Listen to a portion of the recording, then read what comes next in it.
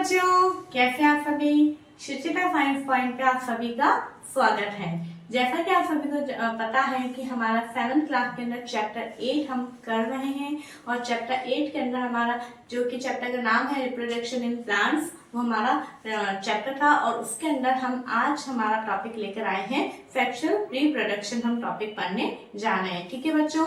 और अगर आप इस चैनल पे आज पहली बार विजिट कर रहे हैं तो मैं बताना चाहती हूँ कि सुचिता साइंस पॉइंट पे आपको क्लास 6, 7, 8 की साइंस की चैप्टर वाइज वीडियोस देखने को मिलेंगी। आप प्लेलिस्ट में जाइए, वहां पे आपको पार्ट वाइज और चैप्टर वाइज वीडियोस आपको मिल जाएंगी। ओके, और अगर आपको ऐसा लगता है कि कोई टॉपिक आपको क्लियर नहीं हो रहा है तो वो टॉपिक आप कमेंट बॉक्स में लिख सकते हैं ताकि हम उस टॉपिक को और अच्छे से समझ लेंगे। ओके बच्चों, तो इसी के साथ हम आज अपना ये वीडियो स्टार्ट करते हैं। सेक्सुअल रिप्रोडक्शन का टॉपिक हमने लास्ट वीडियो में देखा था।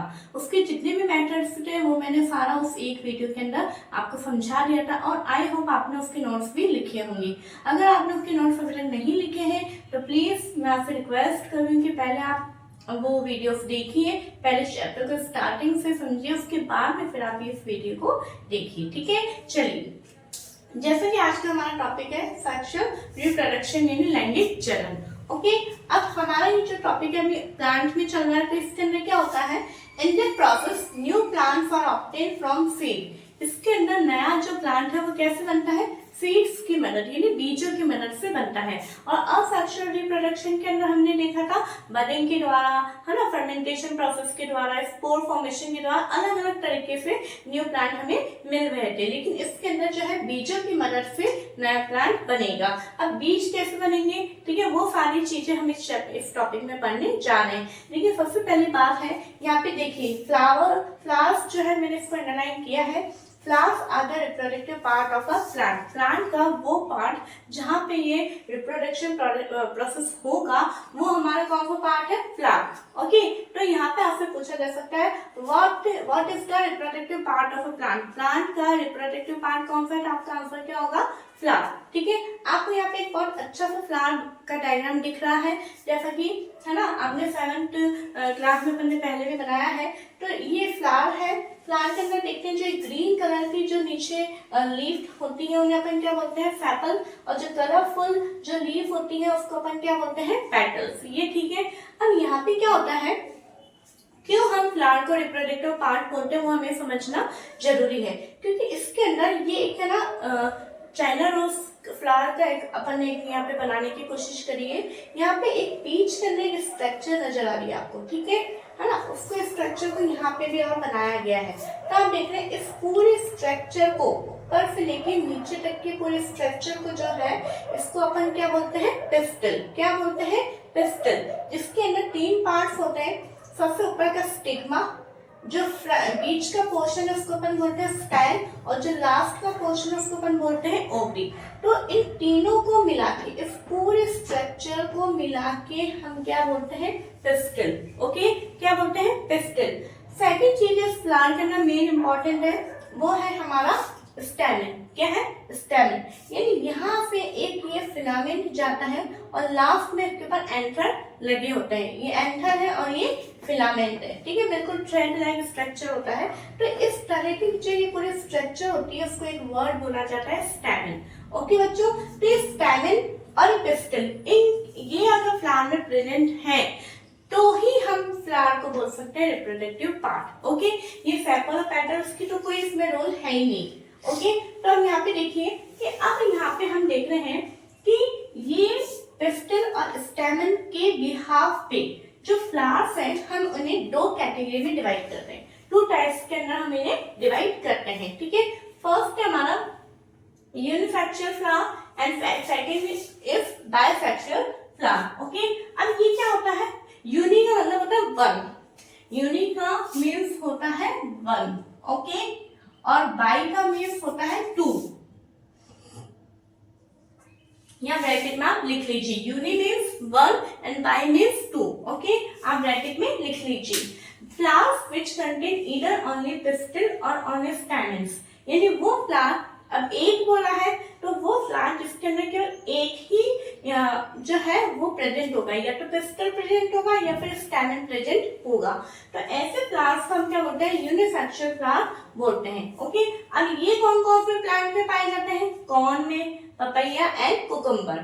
ठीक है, नेक्स्ट आता है हमारा बाइसेक्सुअल फ्लावर्स विच, अभी तक टू बोल रहा है ना, मतलब अब दो कौन से, पिस्टिल और स्टेमन दोनों ही है, तो वो प्लांट इसके अंदर flowers which contain both pistil and stamens are called bisexual flower, यानी जिसके अंदर पिस्टिल और स्टेमन दोनों प्रेजेंट होते हैं उन्हें हम क्या बोलते हैं, बाइसेक्सुअल फ्लावर्स बोलते हैं। अभी कौन से प्लांट में पाए जाते हैं, मस्टर्ड, रोज एंड पिटूनिया। ठीक है, एग्जाम्पल भी लिखे, ये आपको याद करने हैं। ओके बच्चों, अब देखिए हमारा मेन आपको दिखाई दे रहा है, मेन हमारी बात कहाँ पे अटक रही है, पिस्टिल एंड स्टेमन, है ना, पिस्टिल एंड स्टेमन।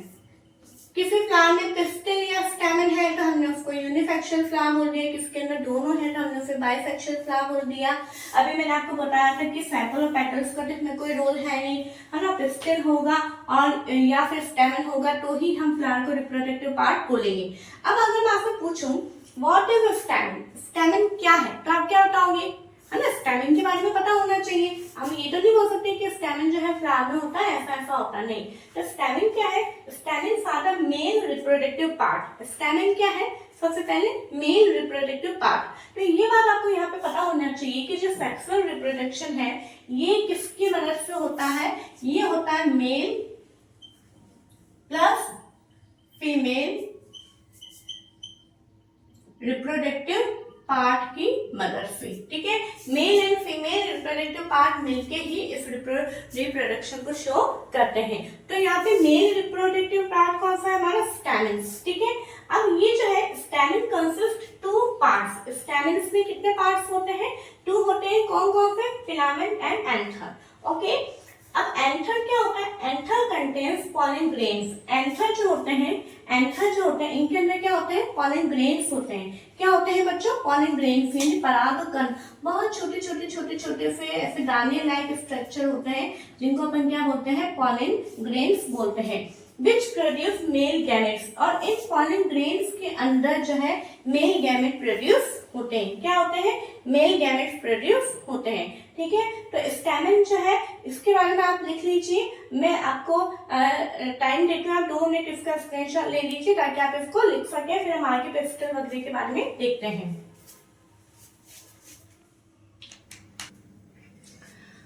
ओके बच्चों, अब देखिए, अब हम पिस्टल के बारे में देखेंगे।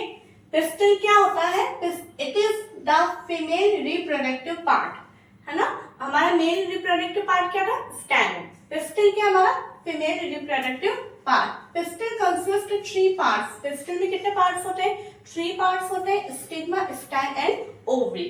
ओवरी कंटेन्स 1 और मोर ओव्यूल्स। ओवरी के अंदर क्या होता है, 1 से ज्यादा ओव्यूल्स होते हैं। These ovules are, और ये ओव्यूल्स क्या होते हैं, These ovules are female gamete और an egg। ये जो ओव्यूल्स होते हैं वो फीमेल गैमेट होते हैं और इनको या हम एग भी बोल सकते हैं। ठीक है, in this processes a male and a female gamete fuse to form a zygote। ये जो सेक्सुअल रिप्रोडक्शन जो प्रोसेस है इसके अंदर male gamete and female gamete, male gamete हमारे क्या थे, पॉलन, है ना, पॉलन ग्रेन्स जो कि हमारे एंथर में प्रेजेंट थे, है ना।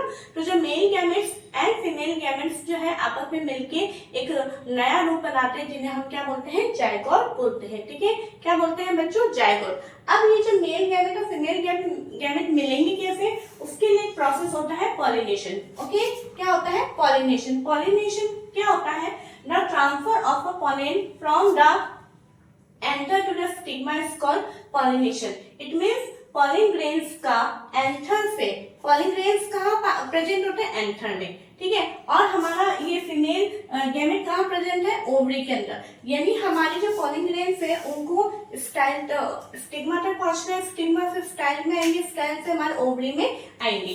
तो जो पॉलन ग्रेन्स है उनका एंथर से स्टिग्मा तक जो ट्रांसफर होने का जो प्रोसेस है उसको अपन क्या बोलते हैं, पॉलिनेशन बोलते हैं। ठीक है बच्चों, अब यहाँ पे पहले हम पूछेंगे पॉलन ग्रेन्स होते हैं क्या है। तो they have a tough protective coat. उसके ऊपर जो पॉलन ग्रेन्स होते हैं उसके ऊपर एक बिल्कुल टाइट कठोर एक लेयर होती है ना, which prevents them from drawing up, और जो कि उसको सुरक्षा देती है उसके सूखने से बचाने के लिए, मतलब वो सूख ना जाए, ड्राई ना हो जाए, क्योंकि अगर वो ड्राई हो जाएंगे तो वो है जो है वो खराब हो जाएंगे, इसलिए उनको सूखने नहीं देना है। जिसके लिए उसके ऊपर एक प्रोटेक्टिव लेयर होती है, ठीक है।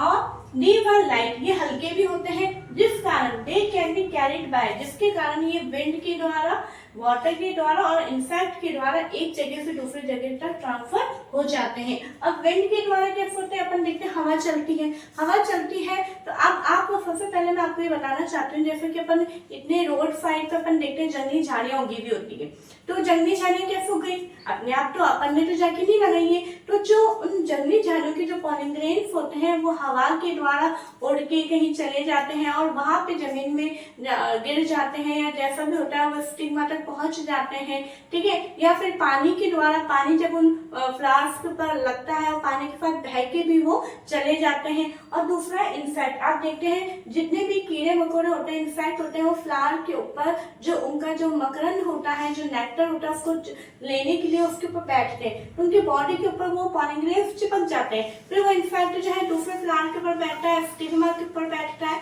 तो उनके बॉडी के द्वारा जो पॉलन ग्रेन्स उनके ऊपर चिपके थे वह स्टिग्मा तक आ जाते हैं, जिसके कारण भी पॉलिनेशन हो जाता है, ठीक है ना।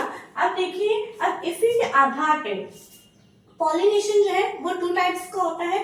फर्स्ट हमारा self pollination and second is cross pollination, ठीक है। सेल्फ पॉलिनेशन क्या होता है, इन्हें देखिए, if the pollen lands on the stigma of the same flower or another flower, it means यदि pollen जो है, pollen grains जो है वो, जैसे मान लो ये एंथर है, यहाँ पे pollen grains इसी फ्लावर के स्टिग्मा पर आ गए, ठीक है, या फिर ये जो pollen grains है इसी ब्रांच के दूसरे फ्लावर के उस पे आ गए, है ना, इसी प्लांट के दूसरे फ्लावर के स्टिग्मा पर आ गए, तो इसको अपन क्या बोलते हैं, सेल्फ पॉलिनेशन बोलते हैं, ठीक है। नेक्स्ट हमारा आता है क्रॉस पॉलिनेशन। क्रॉस पॉलिनेशन क्या होता है, when the pollen of a flower lands on the stigma of a flower of a different plant of the same kind, यानी जैसे मान लो आप देखते हैं कोई एक खेत है ना, जैसे मान लो ये कोई बहुत बड़ी जमीन है, यहाँ पे बहुत सारे प्लांट लगे हुए हैं, बहुत सारे प्लांट लगे हुए हैं, इस प्लांट का जो है पॉलन ग्रेन्स जो है दूसरे प्लांट के स्टिग्मा तक आ जाता है, तो इस प्रोसेस को अपन क्या बोलते हैं, क्रॉस पॉलिनेशन। लेकिन ये वो तब होगा जब एक ही प्रकार के प्लांट होंगे, ओके। सेल्फ पॉलिनेशन में क्या हो रहा है, वापस मैं बताना चाहूंगी, जैसे कि मान लो ये एक फ्लावर है, ठीक है, ये फ्लावर है और इसी का ही जो एंथर जो पॉलन ग्रेन्स है वो इसी फ्लावर के स्टिग्मा पर आ जाएंगे, तो ये सेल्फ पॉलिनेशन हुआ। या फिर जैसे इसी प्लांट के दूसरे फ्लावर की स्टिग्मा पर ये एंथर पॉलन ग्रेन्स आ जाएंगे, तो उसको अपन बोलेंगे सेल्फ पॉलिनेशन। और यहाँ पे तो जो पॉलन ग्रेन्स है वो बिल्कुल ही दूसरे ही प्लांट के फ्लावर के स्टिग्मा तक जाके लैंड हो जाएंगे, तो उन्हें हम क्या बोलेंगे, क्रॉस पॉलिनेशन बोलेंगे, ठीक है बच्चों। तो अब यहाँ पे अगर आपसे पूछा जाए मेल गैमेट और फीमेल गैमेट जो है आपस में कैसे एक दूसरे तक पहुंचते हैं, तो पॉलिनेशन प्रोसेस के द्वारा पहुंचते हैं, ठीक है। आई होप आपको ये टॉपिक इतना समझ में आया होगा। आप इसका स्क्रीनशॉट ले लीजिए, आप इसके नोट्स लिख लीजिए ताकि हम आगे के टॉपिक की ओर चले, okay.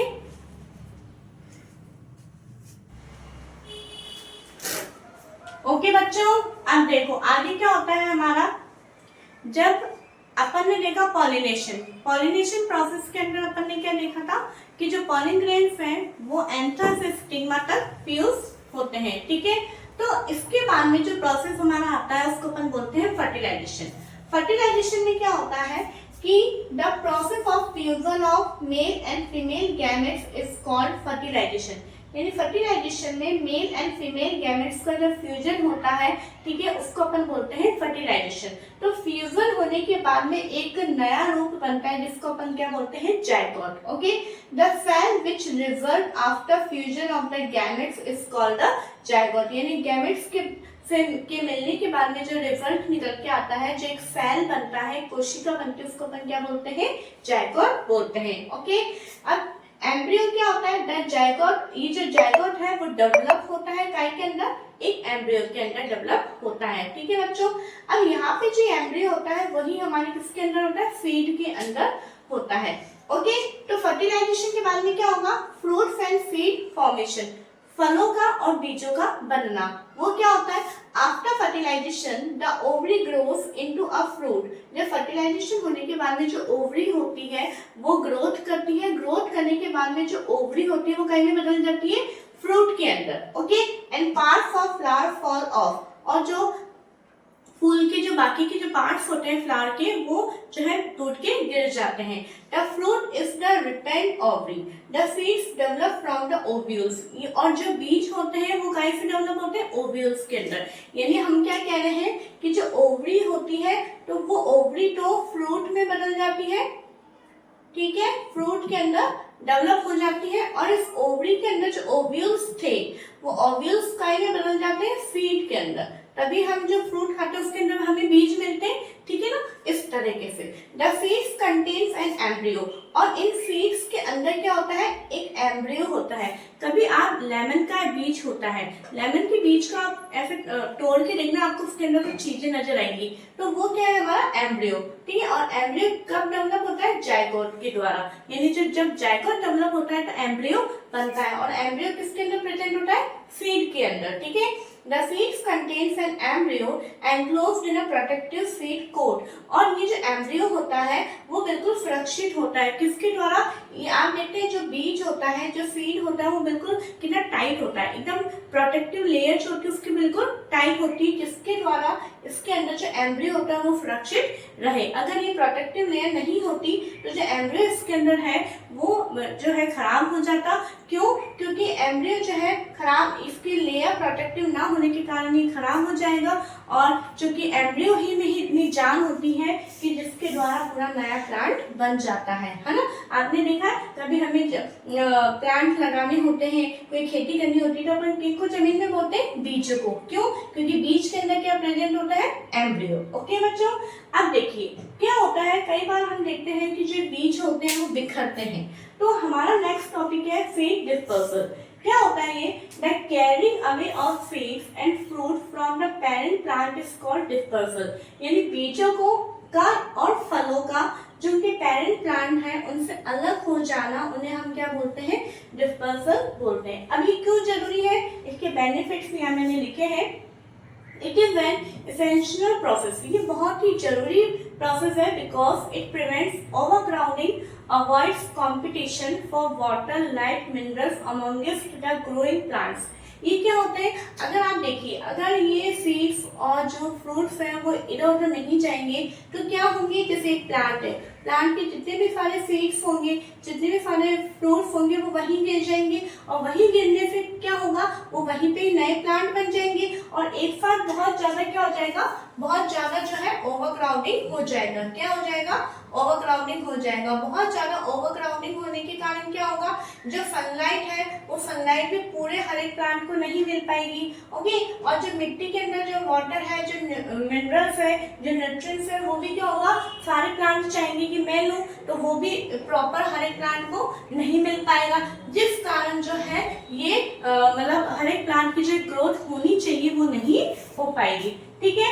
And facilitate spreading of plant to new areas, और जिसके कारण, और इसका एक और फायदा है कि एक प्लांट को जो है अलग अलग एरियाज के अंदर भी डेवलप करने में मदद होता है। ओके बच्चों, अब हमने कहा कि बीजों को हमें पहुंचाना है अलग अलग जगहों पे, तो उसके भी अलग अलग तरीके हैं। Agent for dispersal of seeds, यानी उनके क्या क्या वाहक है, क्या क्या मीडियम आप समझ सकते हैं। तो 3 तरीके से होता है, by wind, by water and by animal. Okay, by wind का मतलब क्या है? हवा। आपने देखा है कभी कभी इस हवा के द्वारा कुछ कुछ चीजें ऐसे बीज है या कुछ ऐसे उड़ते हुए हमें नजर आते हैं, ठीक है। तो उसके एग्जाम्पल है drum stick, maple, Harry seeds of आक, यानी जिसमें हेयर्स लगे हुए होते हैं बीज के ऊपर, हैरी फ्रूट ऑफ सनफ्लावर, यानी सूरजमुखी का हैरी फ्रूट्स जो होता है जिसके ऊपर बालों जैसी चीजें निकले हुए होते हैं, उन्हें हम बोलते हैं हैरी फ्रूट्स। ये हवा के द्वारा एक जगह से दूसरी जगह तक पहुंच जाती है। ये सारे नेचुरल प्रोसेस है, इसे कोई भी जानबूझ के नहीं करता है, ठीक है। नेक्स्ट है हमारा वाटर। वाटर यानी जो बीज जिनके अंदर इतनी कैपेबिलिटी होती है, इतनी एबिलिटी होती है कि वो पानी के साथ फ्लोट कर जाए, तो वो ही पानी के साथ बहेंगे, और जहाँ पे उन्हें फेवरेबल कंडीशन मिलती है वो वहाँ पर उनसे नया प्लांट बन जाता है। देखिए, these fruits or seeds usually develop floating ability in the form of spongy or fibrous outer coat as with coconut. जैसे कोकोनट है, कोकोनट क्या होता है, उसका जो आउटर कोट है, जो भारी लेयर होता है वो कैसा होता है, फाइब्रस होता है, रेशेदार होता है, जो कि पानी के अंदर फ्लोट करने में आसानी होती है। ठीक है, नेक्स्ट हमारा आता है एनिमल। एनिमल आप देखते हैं कभी, जैसे ये गाय भैंस होती है, उनके शरीर के ऊपर ऐसे कांटे कांटे वाले बीज चिपके हुए हमें नजर आते हैं, है ना। तो इस तरीके से एनिमल के द्वारा भी एक जगह से दूसरी जगह तक पहुंचते हैं। देखिए स्पाइनी सीड्स यानी कांटों वाले जो सीड्स होते हैं, which hook which get attached to the body of animal. जैसे एग्जांपल है ज़ैंथियम। ठीक है बच्चों, तो आई होप आपको ये टॉपिक समझ में आया होगा, है ना। अभी जो हमारे सेक्सुअल रिप्रोडक्शन है, ये हमारा टॉपिक यहाँ पे कंप्लीट होता है और इसी के साथ हमारा यहाँ पे चैप्टर भी कंप्लीट होता है। ठीक है, तो इस सेक्सुअल रिप्रोडक्शन के भी हमने एक एक टॉपिक को देख लिया है। हमने पॉलिनेशन देख लिया, पॉलिनेशन के बाद में फर्टिलाइजेशन होता है, हमने वो देख लिया है। फर्टिलाइजेशन के बाद में फ्रूट्स और सीड फॉर्मेशन होता है, फिर बीज जब बन गए तो सीड डिस्पर्सन भी होगा। इस तरीके से हमने स्टेप बाय स्टेप हमने सारी चीजों को देख लिया है। आई होप बच्चों आपको ये वीडियो अच्छा लगा होगा, समझ में आया होगा, और अगर आपको कोई पॉइंट नहीं भी समझ में आता है तो प्लीज आप मुझे लिख के बताएं। और अगर समझ में आया है, अच्छा लगा है, कुछ हेल्प मिली है, तो प्लीज आप इसे लाइक करिए। और केवल लाइक ही नहीं करना है, हमें ज्यादा से ज्यादा शेयर करना है, क्योंकि जितने ज्यादा जन बच्चे देखेंगे उतना ज्यादा हमें अच्छा लगेगा। ओके, और आपका ये सपोर्ट, आपका ये प्यार हमें मिलता रहेगा तो हम और ज्यादा अपने काम पे वर्क कर पाएंगे। ओके बच्चों, तो इसी के साथ आज हमारा ये चैप्टर 8 रिप्रोडक्शन इन प्लांट्स यहाँ पे कंप्लीट होता है। नेक्स्ट वीडियो में आपके साथ में न्यू चैप्टर के साथ में आऊंगी। Okay, thank you.